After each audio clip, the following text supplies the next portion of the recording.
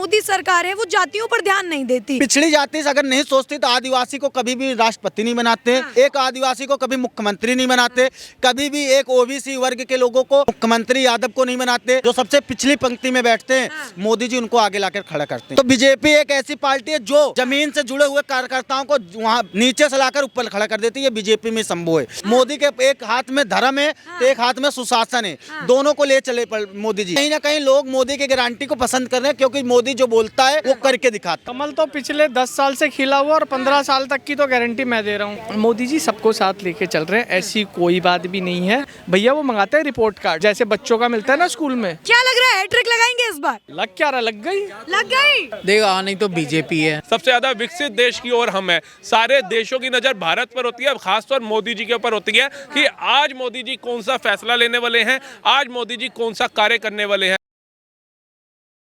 नमस्कार दर्शकों, मैं आपके साथ हूं अपूर्वा चौधरी और आप देख रहे हैं पब्लिक फर्स्ट। देखिए, जो तीनों राज्यों में अभी चुनाव हुए हैं, छत्तीसगढ़, मध्य प्रदेश और राजस्थान, इन तीनों जगह पर भाजपा की जो सरकार है वो आ चुकी है और मुख्यमंत्री का चेहरा भी भाजपा ने उतार दिया है। परंतु जो चेहरे आए हैं उनकी किसी को उम्मीद भी नहीं थी। इसी मुद्दे को लेकर आई हूँ जनता के बीच। वो कैसे देखते हैं इस मुद्दे को, आइए उनसे जानते हैं। सर, क्या नाम है और कहाँ रहते हैं? मेरा नाम मैम रवि हिंदू है, मैं दिल्ली में ही रहता हूँ। रवि जी, देखिए, राजस्थान में उम्मीद लग रही थी बाबा बालकनाथ, किसी और महिला की लग रही थी, परंतु ये तो खेल ही पलट गया। क्या लग रहा है, क्या कुछ केंद्र सरकार या मोदी सरकार ने सोचा होगा कि ऐसा नतीजा निकला है? देखिए, मोदी जी ये सोचकर फैसला लिए होंगे क्योंकि जो जमीनी स्तर के कार्यकर्ता, जो निचले तबके के हैं, जो सबसे पिछली पंक्ति में बैठते हैं, मोदी जी उनको आगे लाकर खड़ा करते हैं। बीजेपी में ही ऐसा संभव है और किसी पार्टी में नहीं है। अगर कहीं ना कहीं मध्य प्रदेश में अगर कांग्रेस की सरकार बनती तो पक्का था अशोक गहलोत बनते या सचिन पायलट। अच्छा, इससे ज्यादा उनकी नजर और कहीं नहीं जा सकती। मोदी, राजस्थान की बात, आप राजस्थान की बात कर रहा हूँ। और अगर मध्य प्रदेश में कांग्रेस जीतती तो वो सीधा सीधा कमलनाथ को देती कमान और भूपेश बघेल को वो दे देती छत्तीसगढ़ में। तो बीजेपी एक ऐसी पार्टी है जो जमीन से जुड़े हुए कार्यकर्ताओं को वहाँ नीचे से लाकर ऊपर खड़ा कर देती है। बीजेपी में संभव है। लेकिन देखिए, बाबा बालकनाथ को तो खुद योगी जी समर्थन देने आए थे, फिर वसुंधरा राजे भी लिस्ट में थी। उन दोनों को मौका ना देके फिर किरोड़ी लाल मीणा जी भी थे, इन तीनों को मौका नहीं दिया और नया चेहरा लेकर आए। क्यों ऐसा? देखिए, बाबा बालकनाथ जी की आप जहाँ तक बात कर रहे हो तो बाबा बालकनाथ भी एक नए चेहरे थे। वो भी नए चेहरे, तो उनको भी बीजेपी अगर चाहते तो उनको भी बना सकते। तो मोदी जी ने जिसे देखा कि ये जो भी मुख्यमंत्री बने वो देश ये राज्य का विकास कर सके, राज्य के लिए काम करे, एक गरीब तबके का हो, जमीन से जुड़ा हुआ नेता हो, इसलिए बीजेपी ने उनको मुख्यमंत्री बनाया। और बाबा बालकनाथ जी का अगर नाम नहीं आया तो कहीं ना कहीं बीजेपी का उनको और भी कहीं काम देगी, मंत्री भी बना सकती है। ऐसा नहीं है, बीजेपी हर किसी के लिए काम करती है, हर नेता के लिए। अगर और भी दल होते तो वो नहीं कभी ऐसा काम कर पाते जो बीजेपी कर सकती है। अच्छा, क्या लग रहा है भजन लाल शर्मा पर जो ये भरोसा दिखाया है भाजपा ने राजस्थान में, क्या वो भजन लाल शर्मा अशोक गहलोत से अच्छा काम करेंगे? बिल्कुल।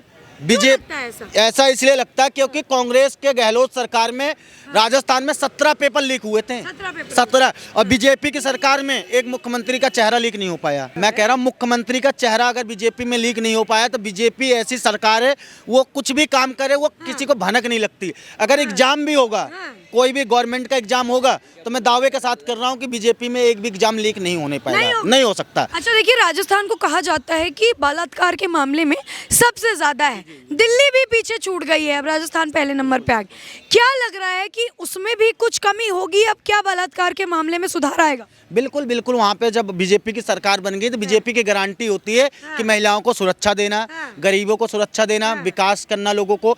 मोदी की गारंटी क्यों लोग बार बार पसंद कर रहे हैं, क्यों मोदी को चुन रहे बार बार? क्या कर दिया ऐसा मोदी ने? मोदी ने काम किया है। क्या काम किया है मोदी सरकार? मोदी सरकार का सबसे बड़ा काम है कि गांव में 18,000 गांवों में आज़ादी के बाद तक बिजली नहीं पहुंची थी, मोदी ने पहुंचाया। 45,000 लोगों का अकाउंट नहीं था, अकाउंट बैंक में अकाउंट खोला गया।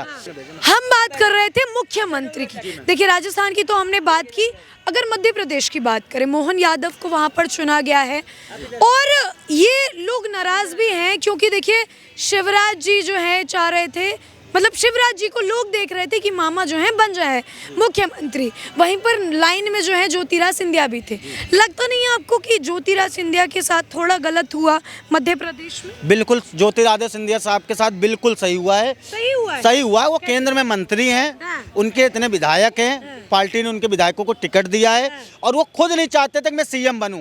ज्योतिरादित्य सिंधिया इतना बड़े दिल है उनके पास, इतना बड़ा जिगरा है। वो अगर मुख्यमंत्री की बात होती तो वो मुख्यमंत्री के लिए तो जब आए थे जब भी मुख्यमंत्री बन जाते, लेकिन उनको मुख्यमंत्री का कोई लालच नहीं है। और जहां तक आप शिवराज सिंह चौहान जी की बात करोगी तो शिवराज सिंह चौहान जी ने खुद कहा कि पार्टी ने मुझे इतना दिया तो अब पार्टी को देने का वक्त आ गया तो मैं पार्टी को कुछ दूं। इन्होंने बड़ा दिखाया शिवराज सिंह चौहान ने।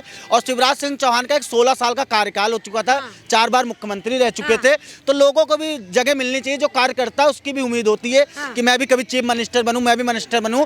तो कार्यकर्ताओं को अगर आगे की है मोदी ने, बीजेपी ने, तो बहुत सराहनीय कार्य है। और मेरे को पूरा विश्वास है अगर यादव को चीफ मिनिस्टर किसी ने बनाया है तो वो बीजेपी बना सकती है। ना बीजेपी, ना समाजवादी बना सकते हैं, ना आरजेडी। क्योंकि एक बात बताइए, आप कह रहे हैं कि ना समाजवादी ना आरजेडी, अभी जब नतीजे नहीं आए थे उससे पहले जो गठबंधन बनाया गया विपक्ष द्वारा, वो बयानबाजी करती थी कि जो मोदी सरकार है वो जातियों पर ध्यान नहीं देती, लोगों को बांटती है। परंतु नतीजों के बाद छत्तीसगढ़ में विष्णु साहू को बनाया, जो आदिवासी समाज से आते हैं, उनको मुख्यमंत्री बना दिया गया। क्या भाजपा ने ये प्लानिंग प्लॉटिंग करके पिछड़ी जातियों को आगे लाके मुख्यमंत्री बनाया है, या वाकई में वो पिछड़ी जातियों के बारे में सोच रहे हैं? देखिए, अगर पिछड़ी जाति को, आदिवासी को अगर मुख्यमंत्री बनाया है बीजेपी ने छत्तीसगढ़ में विष्णुदेव साहू जी को, तो कहीं ना कहीं आदिवासियों की वहाँ संख्या ज़्यादा, 34% आदिवासी हैं। वहाँ पे सबसे ज़्यादा विधायक भी आदिवासी ही होते हैं। तो कहीं ना कहीं बीजेपी ने जाति समीकरण को देखते हुए उनको मुख्यमंत्री बनाया है। और ये जरूरी है, अगर जिसकी जहाँ ज़्यादा संख्या उससे बनाना चाहिए। और आप कह रहे हो कि मोदी सरकार कभी भी जाति जनगणना की बात नहीं करती, विपक्ष करती है, लेकिन मोदी नहीं करते जाति जनगणना। विपक्ष ये कह रहा है कि मोदी सरकार जातियों में बांटती है लोगों को, जातियों के बारे में नहीं सोचती जो पिछड़ी जाति से आती है। जी, पिछड़ी जाति से अगर नहीं सोचती तो आदिवासी को कभी भी राष्ट्रपति नहीं बनाते, एक जाट को कभी भी उप राष्ट्रपति नहीं बनाते, एक आदिवासी को कभी मुख्यमंत्री नहीं बनाते, कभी भी एक ओबीसी वर्ग के लोगों को मुख्यमंत्री यादव को नहीं बनाते। बीजेपी एक ऐसी पार्टी है जो हर तबके के लिए, हर कम्युनिटी के लिए काम करती है, जभी तो मोदी जीत रहा है। मोदी के एक हाथ में धर्म है तो एक हाथ में सुशासन है, दोनों को ले चले मोदी जी, दोनों को एक साथ ले चले, जभी तो मोदी की गारंटी भी लोगों को विश्वास हो चुका है। इन तीनों राज्यों में कोई सीएम फेस था, मोदी के नाम पे वोट पड़े, मोदी ने जीता ये चुनाव। तो कहीं ना कहीं लोग मोदी की गारंटी को पसंद कर रहे हैं, क्योंकि मोदी जो बोलता है वो करके दिखाता है। मतलब मोदी जी के चेहरे पे वोट पड़े, मतलब इन तीनों राज्यों में जो मुख्यमंत्री थे उन्होंने कोई काम नहीं किया, सिर्फ मोदी जी के चेहरे पर वोट डाले। मेरा कहने का मतलब ये है कि छत्तीसगढ़ में बीजेपी का कोई सीएम फेस नहीं था, राजस्थान में कोई सीएम फेस नहीं था, मध्य प्रदेश में भी कोई सीएम फेस नहीं था, नहीं था। शिवराज सिंह चौहान जी को पहले ही अलर्ट किया जा चुका था कि चुनाव आपके नेतृत्व में लड़ा जा रहा है, लेकिन आपको चीफ मिनिस्टर नहीं बनाया जाएगा। कहीं ना कहीं मध्य प्रदेश का भी चुनाव मोदी जी के नेतृत्व में लड़ा गया और मोदी की गारंटी लोगों को भा गई। मोदी की गारंटी लोग पसंद करते हैं, जब तो बार बार मोदी मोदी हो रहा है। और मेरे को लगता है केंद्र में भी हैट्रिक लगने वाली है मोदी की। कहीं ना कहीं मेरे को लगता है इन तीनों स्टेटों में जितनी भी लोकसभा की सीटें, उन पर पूरा बीजेपी का फूल कमल खिलेगा। कमल, ठीक है। क्या लग रहा है इस बार 24 में कमल खिलेगा कि नहीं? कमल तो पिछले 10 साल से खिला हुआ और 15 साल तक की तो गारंटी मैं दे रहा हूँ। गारंटी दे रहे हैं? हाँ, मोदी। इतना विश्वास क्यों? क्योंकि सबका साथ सबका विकास, सबका विश्वास। हाँ, तो सबका साथ सबका विकास। परंतु जो गठबंधन है वो तो कहता है कि मोदी सरकार किसी को लेके ही नहीं चलती, चाहे वो पिछड़े वर्ग के लोग हों, चाहे वो मुस्लिम हो, किसी को साथ लेके नहीं चलती भाजपा। आपको पता है मायावती जी ने राज्यसभा से इस्तीफा दिया था ये बोल के कि दलितों की सुनी नहीं जाती। उसके बाद वो राष्ट्रपति कौन बना? द्रौपदी मुर्मू जी। तो अब फिर मतलब एक सांसद अपना इस्तीफा दे रहा है और सांसदों के सब जो हमारे सर्वोपरि हैं, सुप्रीम कमांडर जिसे कहते हैं ऑल फोर्सेस, उनको वो लेके आ गए। मोदी जी सबको साथ लेके चल रहे हैं, ऐसी कोई बात भी नहीं है। अब ये ऐसा है कि अब जैसे अभी तो दिसंबर चल रहा है ना, आप मई तक देखना कितने नए नए मुद्दे निकलेंगे। डेफिनेटली। देखिए, मैं आपको एक रुझान बताता हूँ। हर बार इलेक्शन से पहले क्या निकलता है? कन्हैया कुमार, बीफ का मुद्दा है, और वो मुसलमानों की नमाज बंद, बाबरी मस्जिद। अभी मेरे को इस बारे में अभी नहीं पता अभी कौन सा नया वाला निकलने वाला है, तो उसके लिए आप लोग तैयार रहें क्योंकि आपको बहुत मसाला मिलेगा। मसाला मिलेगा बिल्कुल। अच्छा ये बताइए, भाजपा की कोई स्ट्रेटेजी तो नहीं है, क्योंकि तीनों राज्य में अभी जो चुनाव हुए उसमें नए चेहरे उतारे भाजपा ने, क्या कोई स्ट्रेटेजी है 2024 का लोकसभा चुनाव जीतने के लिए? आपको पता है मैडम, जब फर्स्ट टाइम मोदी जी आए थे उसके बाद जो वो सांसद चुन के लाए थे उसमें से 200 सांसदों को उन्होंने दोबारा टिकट ही नहीं दिया था। जी अब ये बताओ ये कौन सी स्ट्रेटेजी थी जो आज खत्म होने वाली है? मतलब वो अब ये मई में वो गवर्नमेंट खत्म हो जाएगी, तो जो बंदा चुन के आया है मोदी जी, उस समय मोदी की सुनामी है, लहर है, ये है वो है, सब कुछ है, उस लहर के अंदर से जो बंदे जीत के आए थे उन 200 बंदों को टिकट नहीं दिया उस आदमी ने। तो ये स्ट्रेटजी नहीं है उनका, वो एक सिंपल सिस्टम है भैया। वो मंगाते हैं रिपोर्ट कार्ड, अच्छा। जैसे बच्चों का मिलता है ना स्कूल में। क्या लग रहा है हैट्रिक लगाएंगे इस बार? लग क्या रहा, लग गई। क्या लग रहा है 2024 में हैट्रिक लगा रहे हैं प्रधानमंत्री जी? देखो नहीं तो बीजेपी है। बीजेपी यानी हाँ, क्योंकि अब जो भी कोई चिल्लाता रहे गाता रहे वो तो एक अलग मैटर है। सबके अपने कोई परफेक्ट नहीं है, एवरीवन हैव द प्रॉब्लम्स, अच्छा बुरा सब में ही है। बीजेपी में भी कुछ कमियां हैं तो बहुत सारी अच्छाइयां भी रही हैं। तो एक अभी बच्चे भी पढ़ रहे हैं, सब लोग बहुत चीज़ें देख रहे हैं। देखिए पहले बाबर की कहानियाँ पढ़ते रहे है, सबकी पढ़ते रहे। अब जब राम आ चुके हैं तो राम अपना पूरा एरिया तो लेंगे ही लेंगे। राम क्या थे? सूर्यवंशी, यशस्वी और इवन चतुर्वंशी व्यवहारी एक राजा थे, यानी कि कई देशों में उनका परचम था। जब आपके गल्फ कंट्री में विक्रमादित्य के एरिया निकल गए तो फिर अब आप भारत को क्या ही बोलोगे। भारत है जब वहाँ पे जहाँ पे मुस्लिमों का पूरा है वहाँ पे पूरे के पूरे वो ने शिलालेख और सारी चीज़ें निकल रही है हिंदुओं की, क्योंकि विक्रमादित्य भी चक्रवर्ती राजा। तो जब एक इंसान ने जो पैरामीटर डिसाइड किया, मोदी जी की मैं बात करूं तो देखिए जो अभी थोड़ी देर पहले वो गोधरा कांड की बात चल रही थी तो वो उन्होंने नहीं करवाया है। देखिए पलटवार, आपको मैं झापड़ मारूंगा तो एक बार आप सोचोगी, दूसरी बार मारूंगा तो फिर मुझे घूसा लाती पड़ेगा, साफ सीधी बात। तो वहाँ पे यही हुआ कि पहले जो गोधरा में जा रहे लोग उस ट्रेन में आग लगाई गई या गलती से लगाई या रियल लगाई गई वो सबको पता है, कोई छुपी कहानी नहीं है। और उसके अगेंस्ट अगर कोई मोर्चा खोला गया और उन्होंने नहीं खोला है, लोगों का आक्रोश था, उन्होंने रोकने की कोशिश की।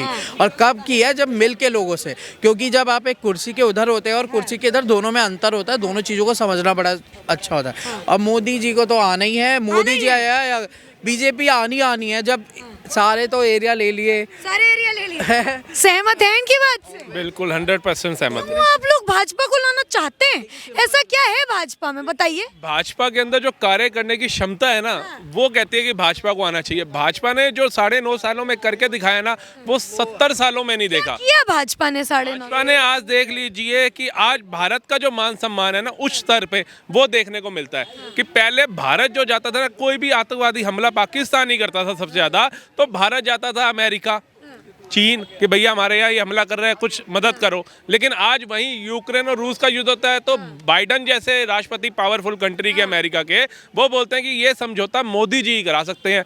आज मोदी जी की एक एक झलक पाने के लिए तरसते नजर आते हैं। तो ये भारत का जो मान सम्मान देखने को मिलता है ना उच्च स्तर पे, ये हमारे को खुशी देता है कि हाँ, कल तक हम सुनते थे कि भारत निचला है, भारत डूबा हुआ है, भारत गरीब देश है, भारत अनएजुकेटेड देश है, लेकिन आज भारत को सक्षम देश माना जाता है, आत्मनिर्भर भारत माना जाता है, अखंड भारत की ओर हम है, सबसे ज्यादा विकसित देश की ओर हम है। सारे देशों की नजर भारत पर होती है, अब खासतौर मोदी जी के ऊपर होती है कि आज मोदी जी कौन सा फैसला लेने वाले हैं, आज मोदी जी कौन सा कार्य करने वाले हैं। आज भारत के अंदर सबसे बड़ी बात उन्होंने जो करी, आतंकवाद मुक्त भारत कर दिया। इसी जगह पर हमारे कान तरस गए, सुनने को मिलता था लवारिस वस्तुएं ना छुएं, बम हो सकती हैं, भीड़ भड़कों में ना जाए, बम हो सकता है। लेकिन आज ये सुनने को 9.5 सालों में नहीं मिला। तो ये सबसे बड़ी जो है ना सफलता है मोदी सरकार की, कि आज भारत के अंदर हर एक नागरिक अपने आप को सुरक्षित महसूस कर रहा है। तो देखिए दिल्ली की जनता को आप मेरे साथ सुन रहे थे, जिन्होंने ये जो तीनों राज्यों के नतीजे आए हैं, नए मुख्यमंत्री के चेहरे उतारे गए हैं, उस पर आप राय जान रहे थे। आपकी क्या राय है कमेंट सेक्शन में हमें अवश्य बताएं। बहरहाल अगली बार आपसे अगली वीडियो में ऐसे ही मिलूंगी और आपकी राय जानूंगी। बहरहाल अभी के लिए इतना ही, मुझे इजाजत दीजिए। बहुत बहुत धन्यवाद। जय हिंद, जय भारत।